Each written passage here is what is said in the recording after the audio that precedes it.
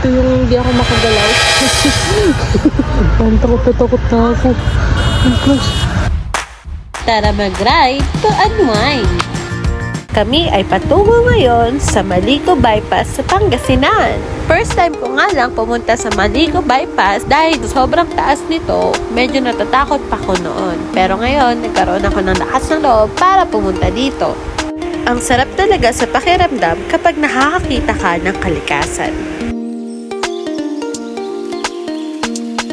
Ngayon ay papaakit na kami sa Maligo Bypass.